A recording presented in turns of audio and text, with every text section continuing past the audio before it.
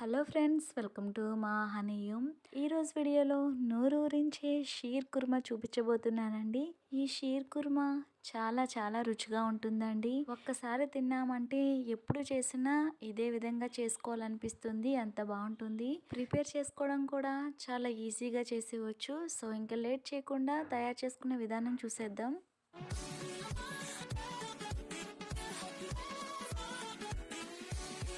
Shear kurma తయారీకి ముందుగా ఒక గంట ముందు బాదం, జీడిపప్పు నానబెట్టుకోవాలి. అలానే పుచ్చగింజలు కూడా నానబెట్టుకోవాలండి. ఇంకా మీకు ఇష్టమైన డ్రై ఫ్రూట్స్ కూడా వేసుకోవచ్చు.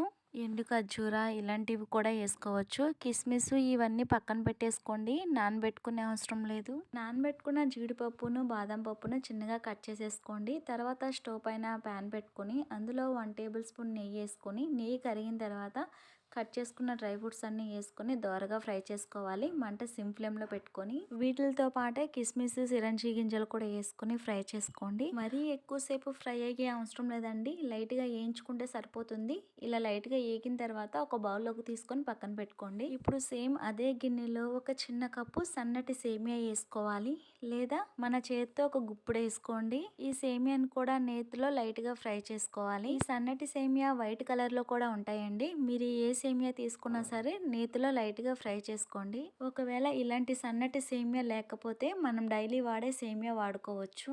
జస్ట్ ఒక నిమిషం అటు ఇటుగా కలుపుకొని ఫ్రై చేసుకొని సేమియాని ఒక గిన్నెలోకి తీసుకొని పక్కన పెట్టుకోండి. ఇప్పుడు సేమ్ అదే గిన్నెలో ఒక 1/2 లీటర్ వరకు పాలు పోసుకొని కాగనివ్వాలి. ఇంకా మళ్ళీ పాల్లో నీళ్లు మాత్రం వేయకండి, పాలు మాత్రమే వేసుకొని కాగనివ్వండి. ఒక పొంగు వచ్చి పాలు ఇంకొంచెం దగ్గరగా అయ్యేంత వరకు మరగనివ్వండి. పాలు బాగా మరిగి చిక్కగా అయితే గనక ఈ షీర్ కుర్మా టేస్ట్ అనేది చాలా బాగుంటుందండి. పాలైతే బాగా మరిగిపోయాయి. ఇప్పుడు మనం ముందుగా ఫ్రై చేసుకున్న సేమియాని వేసుకుని బాగా కలుపుకోవాలి. ఈ సన్నటి సేమియా చాలా త్వరగా ఉడికిపోతుంది. ఒక 2 నిమిషాల్లో సిమ్ ఫ్లేమ్ లో ఉడికించుకోండి. ఒక 2 నిమిషాలు ఇలా ఉడికించుకున్న తర్వాత సేమియా మెత్తగా ఉడికిపోతుంది.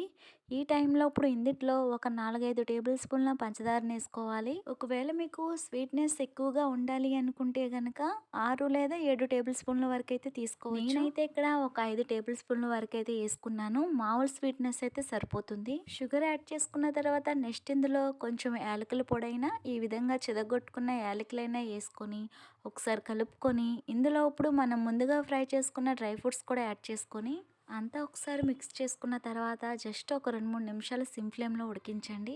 ఒక 2 మినిట్స్ తర్వాత పాయసం చూడండి, మరీ చిక్కగా కాకుండా మరీ పల్చగా కాకుండా మీడియంగా ఉంది కదా.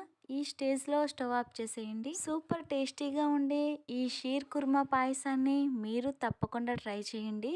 మీరు ట్రై చేశాక మీకు టేస్ట్ ఎలా వచ్చింది అనేది నాతో షేర్ చేసుకోండి కామెంట్ రూపంలో. ఈ రెసిపీ మీకు నచ్చినట్లయితే లైక్ చేయండి, షేర్ చేయండి. మరిన్ని ఈజీ టేస్టీ రెసిపీస్ కోసం మా హనీయూమ్ ఛానల్ని సబ్స్క్రైబ్ చేయండి. Thank you for watching.